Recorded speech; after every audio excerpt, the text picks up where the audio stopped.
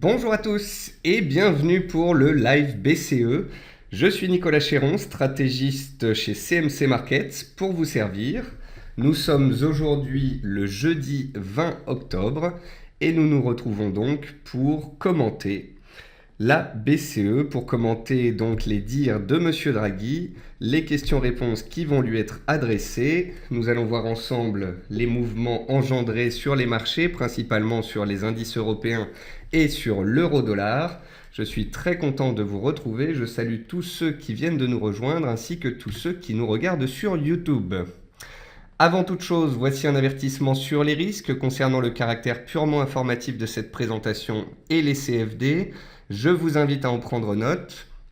Vous pouvez, comme à chaque émission, utiliser les fonctions de chat et de questions-réponses en haut de votre écran pour pouvoir converser avec moi.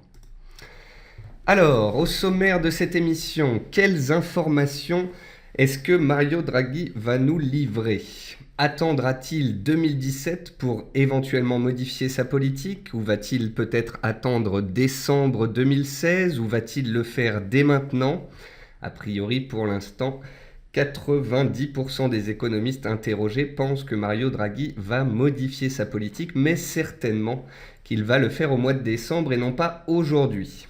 C'est la raison pour laquelle je pense qu'aujourd'hui, ce sera une journée très portée sur la dialectique de M. Draghi, qui est généralement très habile de son verbiage.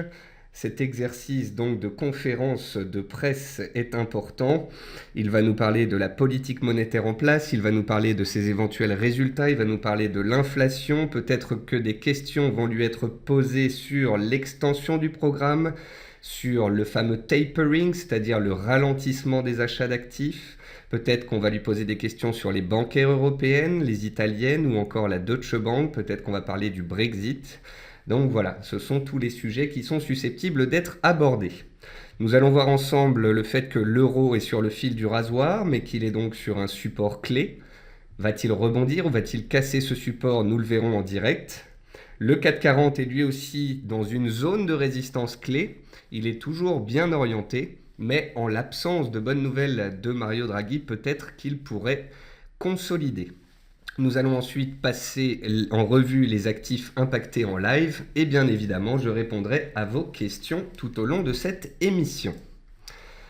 Donc, aujourd'hui, qu'est-ce qu'on attend ? Eh bien, on attend de voir ce que pense la BCE des anticipations de hausse d'inflation qui plaident pour une reprise de la hausse des prix en zone euro.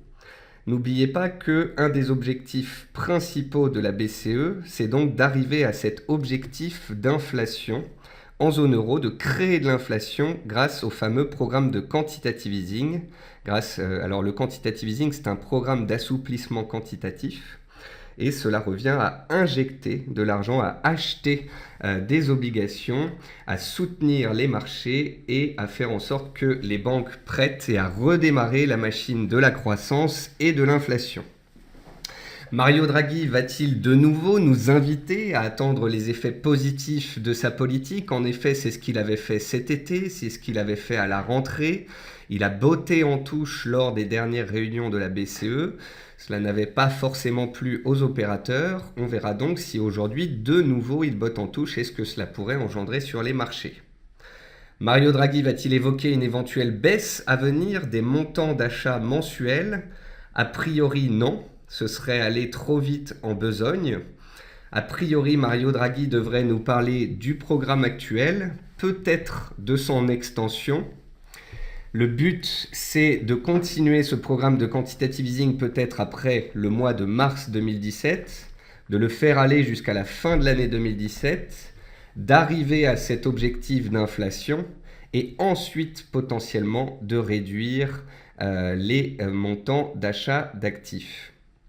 Ce qu'il y a, c'est que par rapport aux économistes interrogés, eh bien, les économistes disent que la BCE va très certainement attendre 2 ou 3 mois avec une inflation supérieure à 1,5% avant d'éventuellement parler de tapering, c'est-à-dire de réduction des achats d'actifs.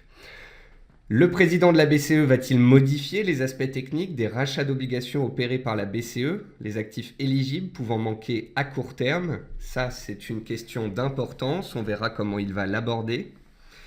Quel regard porte la BCE sur les impacts potentiels du Brexit qui commencent à être mesurés? Peut-être qu'ici aussi Mario Draghi va botter en touche et va dire qu'il attend, il va laisser le temps au temps de voir justement ce que le Brexit pourrait avoir comme impact potentiel. Et puis la BCE essaiera-t-elle de rassurer concernant le secteur bancaire et notamment les banques italiennes et allemandes dans la tourmente? Ou est-ce qu'ici aussi il va botter en touche? Peut-être que des journalistes lui poseront des questions et on verra ce qu'il en ressort. Concernant les deux actifs les plus impactés généralement par la BCE, on a l'euro. Donc l'euro est ici sur le fil du rasoir. Vous avez ici un graphique de l'évolution du CFD sur l'euro-dollar en données journalières depuis mars 2016. Donc la paire est actuellement à la croisée des chemins, à proximité d'un support de court terme. Les précédentes réunions de la BCE depuis décembre 2015 ont le plus souvent engendré de la hausse sur l'euro-dollar. Néanmoins, une cassure des 1,0950, le support qui correspond au plus bas du mois de juillet, pourrait changer la donne et provoquerait potentiellement plus de baisse vers 1,08$, le fameux support de moyen terme. Concernant le CAC 40, donc le CAC 40, ça c'est un graphique d'hier, quand j'ai préparé cette émission. On a réussi à casser hier en clôture les 4520 points. Ce matin, on est allé chercher 4540, puis on s'est stabilisé sur les 4525 points. Donc le CAC 40 évolue bien dans une tendance haussière à court terme. L'indice français est néanmoins bloqué par la borne haute d'un triangle. Alors pour l'instant, il a tenté de la passer. Il l'a passé hier en clôture. En fait, il l'a confirmé. Au-dessus, nous avons très rapidement vers 4540, 4540, 4500, excusez-moi.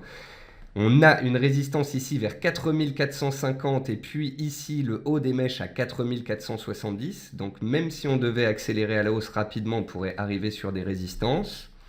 Et puis les supports se situent à 4500 points, donc les plus hauts en clôture des dernières séances du mois d'octobre.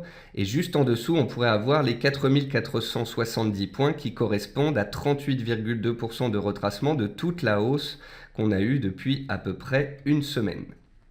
Donc ce que l'on va faire, c'est qu'on va passer sur la plateforme de CMC Markets.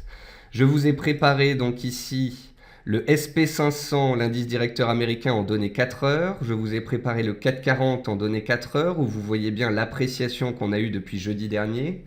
Vous voyez ici à droite l'USD-Yen qui peine à tenir et qui a une inversion de polarité ici sous une oblique haussière qu'il a cassée. Donc là, il bloque dessous. Si l'USD-Yen partait à la baisse, donc ça accompagnerait potentiellement une consolidation des indices. Si au contraire il arrivait à regagner cette oblique, eh bien ce serait plutôt positif pour les indices. En bas à droite, ici, vous avez l'or qui est toujours dans son petit rebond technique de court terme depuis les 1250$ vers les 1275$. Ici, en bas à gauche, vous avez le pétrole qui monte depuis plusieurs semaines, qui a engendré donc hier une cassure après les stocks et qui a atteint un nouveau plus haut annuel. Mais vous pouvez voir que depuis, eh bien, le pétrole consolide et c'est ce qui pèse aussi un petit peu sur les indices. Et ici, au milieu, vous avez l'euro-dollar qui est posé sur son support. Alors, il y a deux facteurs qui sont positifs pour le CAC 40.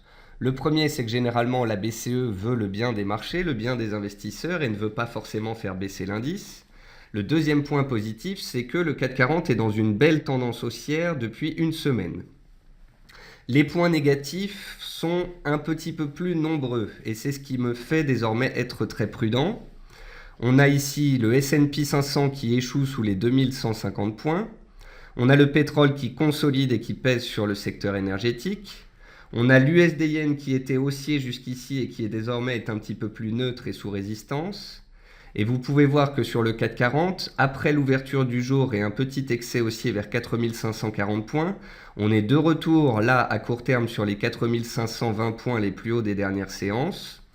J'ai mis intentionnellement des retracements de Fibonacci pour mesurer la hausse que l'on a fait depuis une semaine. Si on arrive à casser les plus hauts du jour à 4540 points, on pourrait aller chercher donc les fameux 4450 et 4570 points, les plus hauts du mois de septembre.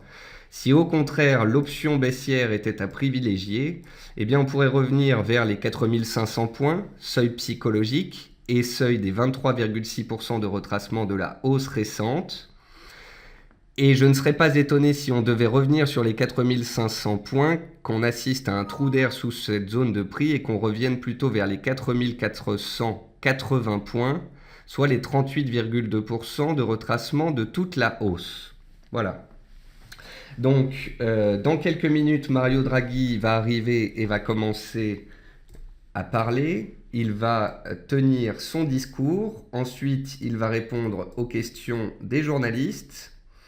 Si vous voulez mon avis sur la question, je pense qu'il ne va pas modifier son programme en l'état. Je pense, tout comme 90% des économistes interrogés, qu'il va potentiellement rallonger la période du quantitative easing après le mois de mars 2017, mais je pense qu'il ne l'annoncera qu'au mois de décembre. Voilà, c'est la raison pour laquelle il pourrait donc de nouveau botter en touche, et c'est la raison pour laquelle peut-être que les marchés pourraient être déçus.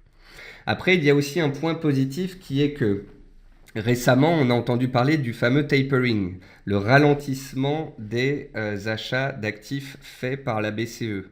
Et c'est peut-être une crainte des opérateurs que la BCE se lance dans ce fameux tapering parce que cela voudrait dire qu'on a un soutien un peu moins fort au marché. Or, je ne pense pas que Mario Draghi va parler de tapering, étant donné qu'il faut mettre les pièces du puzzle dans le bon ordre. Dans un premier temps, Mario Draghi analyse les résultats positifs potentiels de sa politique. Ensuite, on va voir quelles sont les mises à jour des perspectives d'inflation de la BCE. Si la BCE vise toujours une inflation autour de 1,5%, 1,8% d'ici la fin 2017, il se pourrait donc que l'on puisse en conclure que les achats d'actifs vont être poussés jusqu'à cette date. Alors donnez-moi juste un instant. Voilà, je vais fermer ceci. Hop, je prépare mon Twitter pour avoir de l'info en temps réel. J'ai préparé des notes pour pouvoir répondre également à vos questions. Donc j'ai sur mon écran de gauche que vous pouvez voir tous les actifs. Sur mon écran de droite, j'ai les statistiques pour pouvoir suivre la publication des chiffres américains. On va avoir notamment la publication de l'indice de la Fed de Philadelphie à 14h30. Donc ça va tomber, c'est en train de tomber. On va voir Mario Draghi qui va commencer à parler. Il faut être un petit peu patient pour voir quelles sont les premières réactions du marché. Est-ce que vous avez des questions par rapport aux actifs que l'on est en train de regarder? Si vous voulez qu'on en regarde d'autres, on le fera dans un second temps. Jean-Marie dit s'il porte une cravate rouge, c'est un bon signe, inversement. Effectivement, étant donné que Mario Draghi bottait en touche lors des dernières réunions de la BCE, beaucoup d'économistes et d'analystes se sont mis à jouer au jeu de la devinette de la couleur de la cravate de Mario Draghi plutôt que d'essayer d'anticiper ce que pourrait dire Mario Draghi sur la modification de son programme. En effet, le programme de quantitative easing de la BCE, il a été lancé au premier trimestre 2015. Ça fait donc désormais 1 an et demi que ce programme est en place. Ça a engendré de nombreuses choses, ça a soutenu les indices, mais ça a fait également beaucoup baisser les rendements obligataires, ce qui a pesé à terme sur les banques. Et c'est notamment parce qu'on a entendu parler de tapering récemment, de ralentissement d'achat d'actifs, que les taux sont un petit peu remontés et que cela a donné un bol d'air aux bancaires. Pour l'instant, pas d'action. Il est 14h30. On va voir si les marchés donc décalent à un moment. Alors Martial me demande mon avis sur le DAX. Mon avis sur le DAX, c'est que c'est exactement la même situation, la même configuration que sur le CAC. C'est-à-dire que on est dans une tendance haussière. Alors attendez, je vais mettre le DAX. Voilà. On est dans une tendance haussière depuis le Brexit. On est même dans une tendance haussière de fond depuis le mois de février. Vous pouvez voir qu'on fait des plus bas de plus en plus haut et des plus hauts de plus en plus haut. On est dans une tendance haussière depuis à peu près un mois. On est dans une tendance haussière depuis 5 séances. Néanmoins, sur le CAC comme sur le DAX, on est pile poil sous des résistances clés. Donc jusqu'ici, parce qu'on tenait les supports et qu'on relançait à la hausse, eh bien je suis factuellement resté haussier. Mais depuis hier soir, et notamment depuis ce matin, je vous ai dit que j'étais beaucoup plus prudent, car sous ces résistances, et alors qu'on n'attendait pas grand-chose de la part de Mario Draghi, eh bien je vous ai expliqué que je ne serais absolument pas étonné de prise de bénéfices des opérateurs et donc de consolidation sur les indices boursiers. Je vais remettre mon graphique sur l'USD Yen. Voilà. Hop, en données horaires, en données 4 heures. Voilà. On va retracer la petite oblique qui montre qu'on était en tendance haussière avant, mais qu'on a eu une inversion de polarité. Voilà. Alors, donc, Draghi dit qu'il veut que les taux restent bas le plus longtemps possible. Donc ça veut dire qu'on garde toujours la politique monétaire en place.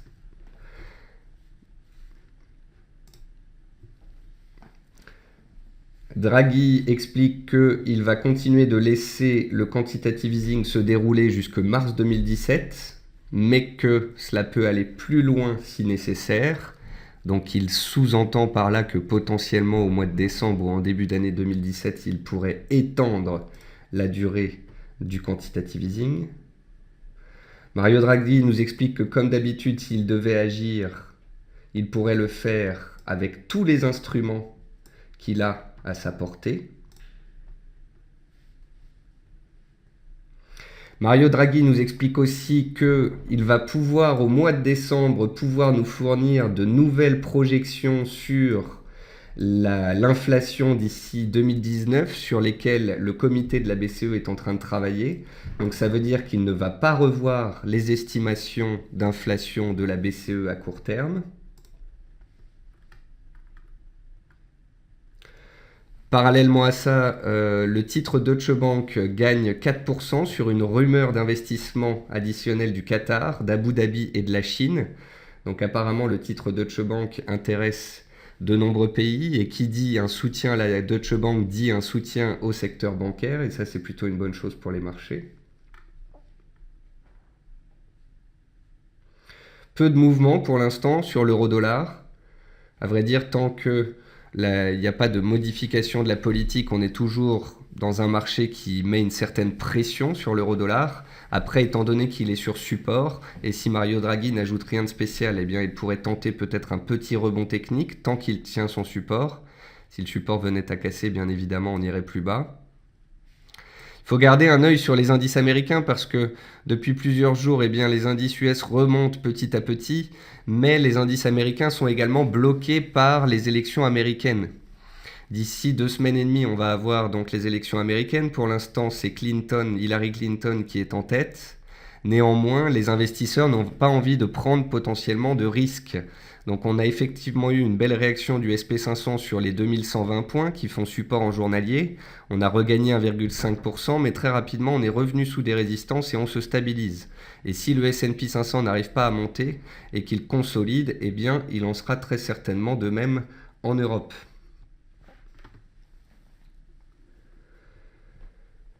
Alors, quoi d'autre? Il y a Jasper Lower, l'analyste de CMC Angleterre, qui dit, bon, bah, passez votre chemin, il n'y a rien à voir aujourd'hui, des changements de la politique monétaire interviendront peut-être au mois de décembre, et on verra au mois de décembre le travail du comité de la BCE par rapport aux perspectives d'inflation et au quantitative easing. Donc quand je vous disais qu'il allait botter en touche, c'est vraiment ça.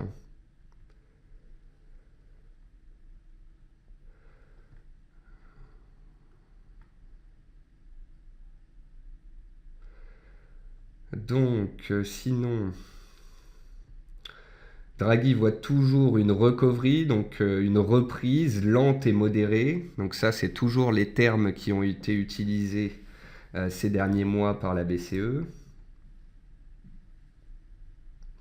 Draghi ne voit toujours pas de signe d'une tendance haussière sur les perspectives d'inflation. Donc je pense qu'ils auront noté que les perspectives d'inflation à 5 ans remontent, mais que l'inflation core n'est pas encore remontée. Donc c'est pour ça que la BCE veut rester très prudente. Encore une fois, Mario Draghi met en avant le fait que le peu de réformes en Europe, le peu de réformes structurelles mises en place en Europe fait que il y a toujours des risques qui pèsent. Mario Draghi espère que l'inflation va potentiellement redémarrer dans quelques mois. Pour l'instant, c'est très factuel, attentiste. Donc là, Mario Draghi est vraiment en train de nous dire exactement ce qu'il nous a dit toutes les dernières fois. Donc il nous dit que l'inflation n'est pas remontée pour l'instant d'ici la fin 2016. Il nous dit qu'il voit potentiellement l'inflation remonter d'ici quelques mois et que potentiellement l'inflation pourrait remonter à la fin de l'année 2017 et encore plus pendant l'année 2018. Donc ça veut dire quoi? Ça veut dire qu'au mois de décembre, ils vont étudier les perspectives d'inflation, voir qu'elles sont remontées un petit peu, et en fonction de ces dernières, ils vont ajuster le tir d'un potentiel étirement, d'un allongement de la durée du quantitative easing pendant l'année 2017, donc après mars 2017, qui était à la base la date de fin du QE. Et donc la BCE en fait va faire son calcul. Plus elle augmente son quantitative easing, plus elle achète pendant des mois sur le marché obligataire, plus elle espère et elle voit et elle pense que l'inflation va remonter. Donc si effectivement il constate que l'inflation commence à remonter un petit peu, c'est que le travail de la BCE a bien fonctionné. Ensuite, ils vont calculer combien de mois ils vont devoir étendre leur politique monétaire pour pouvoir atteindre les perspectives d'inflation données par la BCE.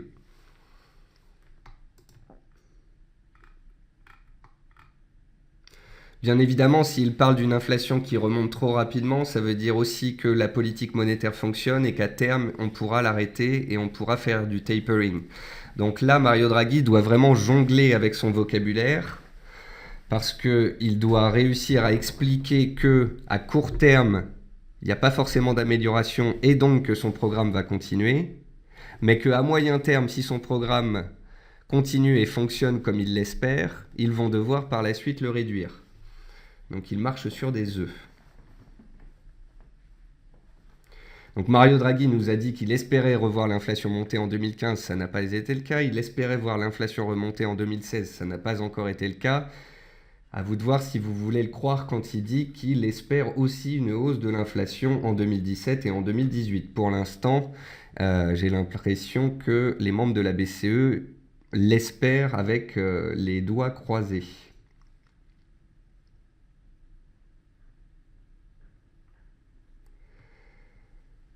Donc des effets de base pourraient permettre à l'inflation de remonter d'ici quelques mois. Pour l'instant, pas de signe tangible. Le staff de la BCE voit toujours une inflation à 1,3% en 2017 et 1,5% en 2018. Aujourd'hui, on est à 0,8% sur le HICP inflation, donc une mesure de l'inflation. L'euro-dollar, vous pouvez voir, ne profite pas pour une fois des dires de Mario Draghi parce que Mario Draghi explique quand même qu'il va ne rien faire à court terme, mais que par la suite, en décembre, prenant note des perspectives d'inflation, il est susceptible d'augmenter son programme dans la durée. Qui dit augmentation du programme de quantitative easing dans la durée, dit pression sur l'euro-dollar.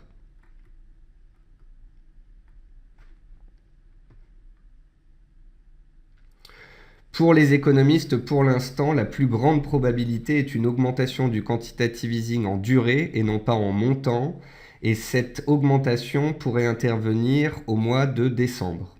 Et la plupart des économistes s'attendent à un allongement de la durée du quantitative easing européen de 6 mois, c'est-à-dire de mars à septembre 2017.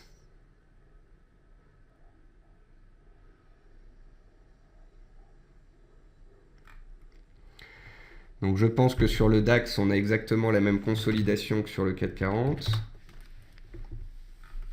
Ouais. Donc on est toujours dans une tendance haussière, rien n'a changé. Mais Draghi n'apportant pas de nouvelles pierres à l'édifice, eh bien les marchés sont dubitatifs et on assiste à des prises de bénéfices. On était en plus de ça, comme je vous l'ai expliqué, ce matin pile poil sous une résistance journalière. Donc pour le moment on tient, mais la consolidation qui est en cours sous les plus hauts est tout à fait légitime. Si dans les heures et séances qui viennent, le S&P 500 venait à réussir à s'apprécier au-dessus des 2150 points, il pourrait permettre au CAC et au DAX potentiellement d'aller chercher leur résistance journalière et de les challenger de nouveau. Mais en attendant, sans coup de fouet de la BCE, et alors que le S&P est relativement neutre et sous résistance lui également, et avec un pétrole qui consolide, eh bien il est légitime d'assister à des prises de bénéfices sur les indices. Alors, Phil me dit que eBay est en préouverture à moins 8,8%. Effectivement, eBay a déçu les opérateurs. En ce moment, on a beaucoup de publications aux États-Unis. Jean-Marie me dit, avez-vous un avis sur le GBP Yen par rapport au Brexit? Merci par avance. Alors, on peut regarder cette paire si vous voulez. De toute façon, là, on a l'euro-dollar qui réagit. Là, on a l'euro-dollar qui réagit, c'est intéressant.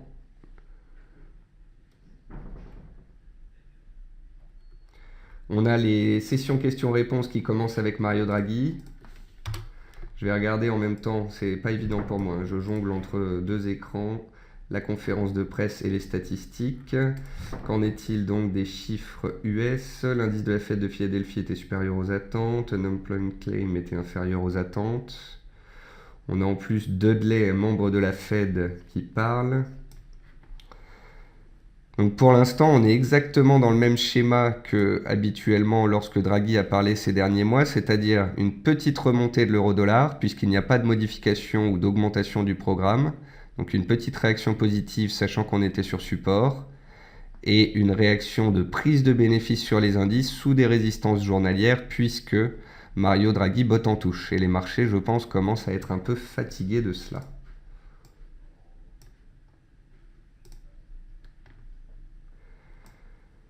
Alors, Mario Draghi en fait a expliqué qu'il ne discuterait pas avec les journalistes d'une extension du quantitative easing. Et c'est ça qui permet justement à l'euro-dollar de se reprendre à très court terme. En fait, bottant en touche sur la perspective d'allongement du programme ou d'extension du programme, eh bien, il retire cette épée de Damoclès sur l'euro à très court terme. Hier, quand on a fait l'émission la matinale, je vous ai montré que l'euro en données horaires était dans un petit biseau baissier. Donc un biseau, théoriquement, c'est une figure dont on s'extrait dans 80% des cas par le haut. Ce matin, je vous ai dit qu'on était sur support. Et dans la présentation tout à l'heure, je vous ai expliqué que généralement, ces derniers mois, les réactions sur indice étaient plutôt baissières et les réactions sur l'euro étaient plutôt haussières. Donc pour l'instant, on est exactement dans les mêmes conditions qu'habituellement.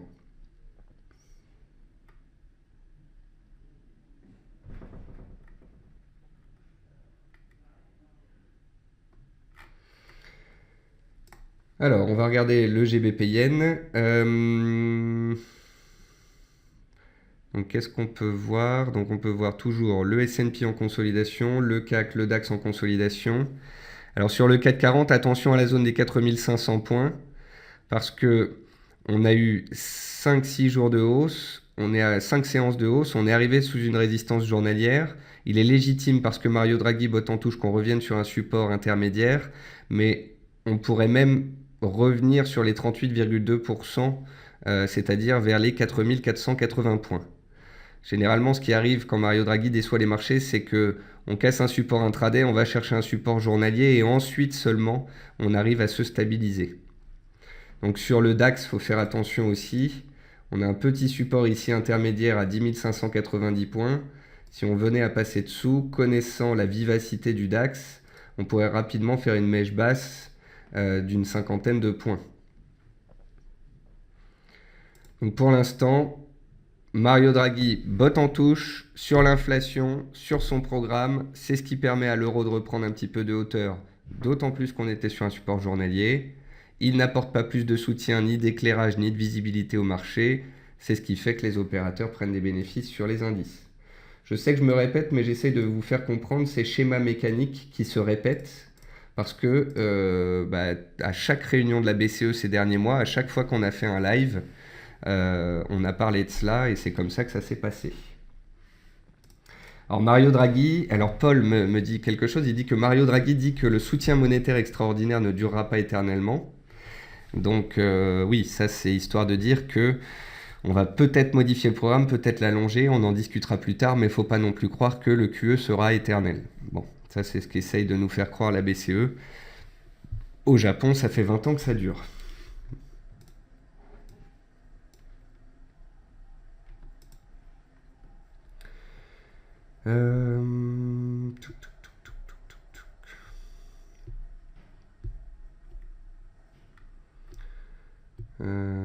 D'accord. Spot de no extension discuss. Donc Mario Draghi dit aussi qu'il ne discutera pas du tapering, donc du ralentissement des achats d'actifs, parce que comme je vous l'ai expliqué tout à l'heure, il faut faire les choses étape par étape. Mario Draghi, dans un premier temps, nous dit qu'il attend de voir les chiffres. En décembre, s'il considère que le QE doit être étendu, il pourrait annoncer une augmentation de 3 mois ou de 6 mois, un rallongement du QE.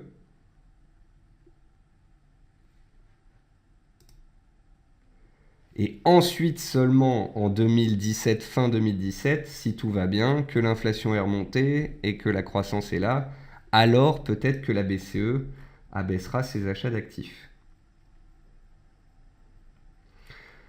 Donc là, Mario Draghi, en plus de beauté en touche, dit clairement aux journalistes, on ne discutera pas de l'augmentation, de l'allongement en temps du programme et on ne discutera pas du tapering.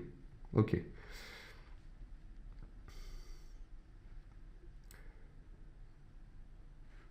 Alors on va jeter un œil sur GBP Yen parce que à court terme j'ai l'impression que le mouvement on va dire est fait, c'est-à-dire un petit rebond technique de l'euro-dollar et une baisse des indices à court terme. Donc on a Jean-Marie qui me demandait de jeter un œil sur le GBP Yen. Donc le GBP Yen, on va se mettre en données journalières. Donc là je crois que vous l'aurez compris, on est dans une tendance baissière de fond. Tendance baissière depuis plus d'un an. On va d'ailleurs mettre un Ishimoku parce que généralement ça fonctionne bien sur les paires en yens. Vous pouvez voir qu'une seule fois on a réussi à sortir du nuage mais que très rapidement on est repassé dessous. Ici Ishimoku permet bien de cadrer la baisse de GBP Yen et montre bien qu'on est dans une tendance baissière dans toutes les unités de temps. Alors là, à très court terme, étant donné que la livre essaye de se stabiliser contre le dollar et contre le yen, on essaye de créer une sorte de petit range à court terme. Il n'y a vraiment rien d'extraordinaire à dire là-dessus. On est dans un range entre 126 et 128 sur le GBP Yen depuis à peu près une semaine. Si les indices venaient à casser leur résistance, l'USD Yen monterait, le yen serait délaissé. Si la livre réussissait à rassurer les investisseurs, s'il y avait des bons chiffres anglais, qu'on arrivait à casser une résistance, oui, on pourrait avoir un rebond technique. Mais en attendant, pour l'instant, les indices sont sous résistance et consolident, ce qui pèse sur l'USD Yen et les paires en yens. Et la livre, elle, est toujours empêtrée et elle n'arrive pas à décoller, ne serait-ce que pour un rebond technique. Donc, concernant cette paire, à moyen terme et en données journalières, c'est plutôt baissier. Et après, sur les dernières séances, on est dans un range, dans une certaine neutralité.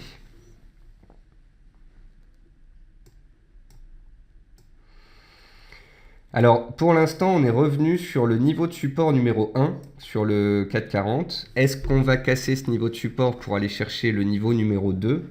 Je pense que ça dépendra peut-être des chiffres de cet après-midi. On a encore les ventes de logements neufs à 16h aux États-Unis. On a aussi des publications d'entreprises qui vont avoir un impact à 15h30 sur les indices américains. Alors, Martial nous dit « Je vise un retour sur 10 200 points sur le DAX tant que le DAX est sous 10 800. » Est-ce que c'est envisageable ? Alors, en bourse, tout est envisageable, Martial. À partir du moment où vous avez une stratégie,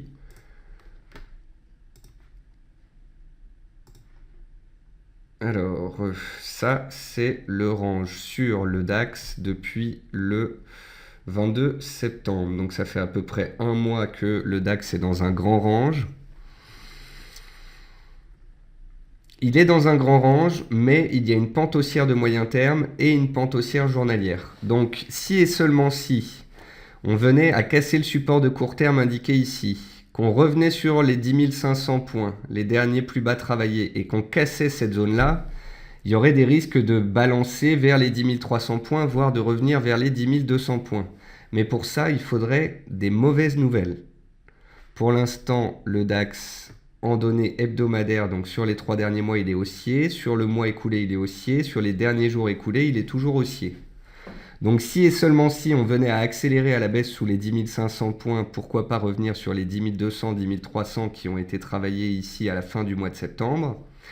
Mais vous remarquerez quand même qu'au mois de septembre, le pétrole ne s'était pas encore repris violemment, Deutsche Bank effrayait, les bancaires étaient toujours sous pression, et tout ça, c'est des facteurs qu'on n'a plus actuellement. Les bancaires vont mieux, Deutsche Bank remonte, le pétrole est sur ses plus hauts annuels, les résultats d'entreprise sont bons.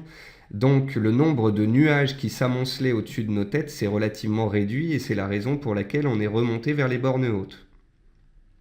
Donc je ne vous dis pas que ce n'est pas possible, c'est concevable, d'autant plus qu'on est dans un range et qu'on est sous la borne haute. Je vous dis juste qu'une stratégie baissière pour viser aussi bas doit être corroborée par des cassures de support et accompagnée d'un news flow négatif, c'est-à-dire d'actualité négative, qui pour l'instant manque à l'appel.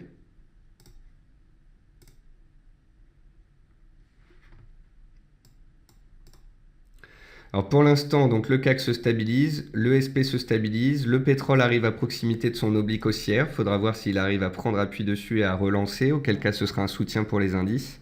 Si au contraire il venait à casser son oblique de soutien ici vers 50-50, ça peserait sur le secteur énergétique. Vous pouvez voir que l'euro-dollar a réagi, qu'il a gagné à peu près 80 points, 90 points depuis son support, mais que la tendance de fond qui reste baissière sur les dernières semaines continue de peser pour le moment. Je vais continuer de lire les news. Donc Draghi nous dit que les taux bas fonctionnent.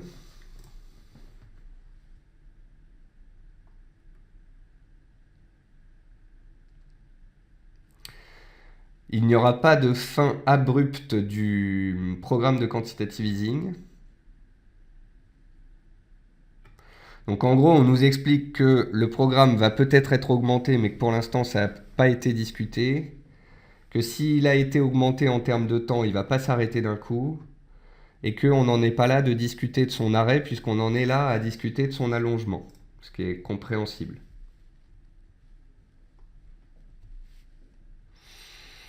Bon, écoutez, pour l'instant, pas de gros changements.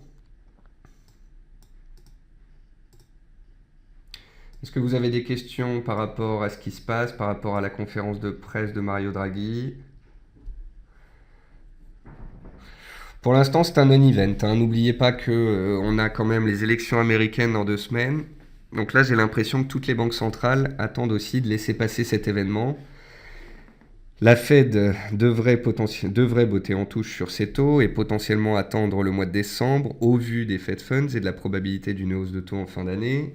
La BCE se laisse donc jusqu'au mois de décembre pour voir ce qu'il en est des résultats de sa politique et de peut-être augmenter son programme de quantitative easing.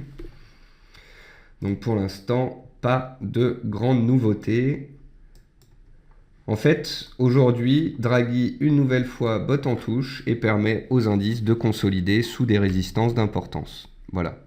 Donc on était remonté ces dernières séances, les marchés tiennent bien, ils sont soutenus par des indices US qui tiennent, notamment grâce à des bons résultats d'entreprise.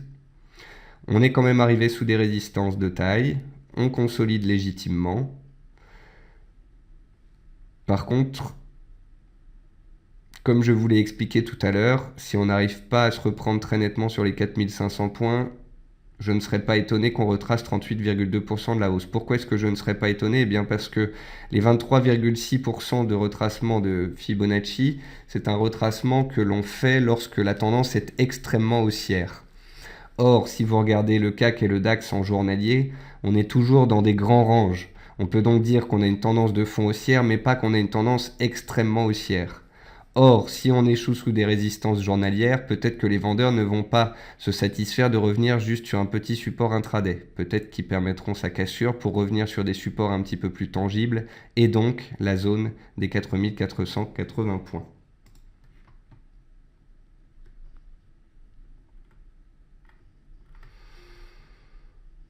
Bon, écoutez, je pense que j'ai pas grand-chose de plus à vous dire. Ce que je vais faire, c'est que je vais désormais préparer mon émission de 15h45. À 15h45, on parlera d'autres choses. C'est pour ça que je vous invite à y venir. On parlera des actions européennes, on parlera des derniers résultats des entreprises américaines, on parlera des futures statistiques à venir, on verra ensemble d'autres figures chartistes, on pourra parler des matières premières et du forex. Donc, je vous remercie d'être venu pour ce live BCE. J'espère vous retrouver donc à mon émission de 15h45 et dans mes émissions quotidiennes, la matinale et le quart d'heure US à 10h et 15h45. On n'a pas eu beaucoup d'actions aujourd'hui. On avait vu ensemble donc qu'il y avait un risque potentiel de consolidation des indices sous résistance et de rebond technique de l'euro-dollar sur support. C'est ce qui a eu lieu. Néanmoins, pour l'instant, l'euro-dollar manque de punch et n'arrive pas non plus à s'apprécier plus que cela. Et pour l'instant, les indices restent très solides avec donc le premier niveau de Fibonacci à 23,6% qu'il tient bien.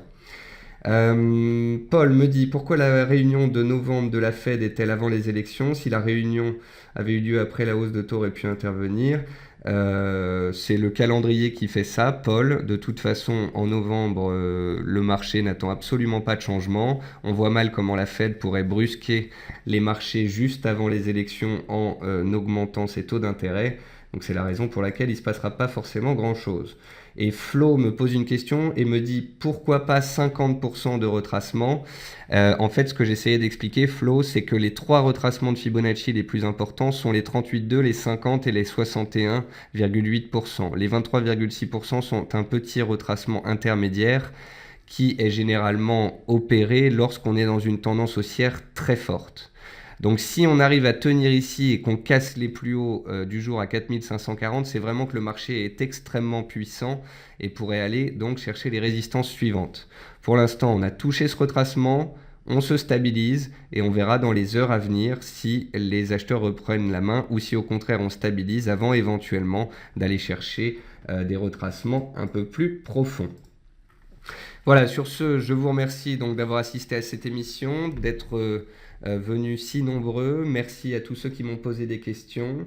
J'espère vous retrouver donc dans nos prochaines émissions très bientôt. Et puis pour les habitués, pour ceux qui le souhaitent, je vous retrouve dans 3 quarts d'heure à 15h45 pour le quart d'heure US. Au revoir à tous.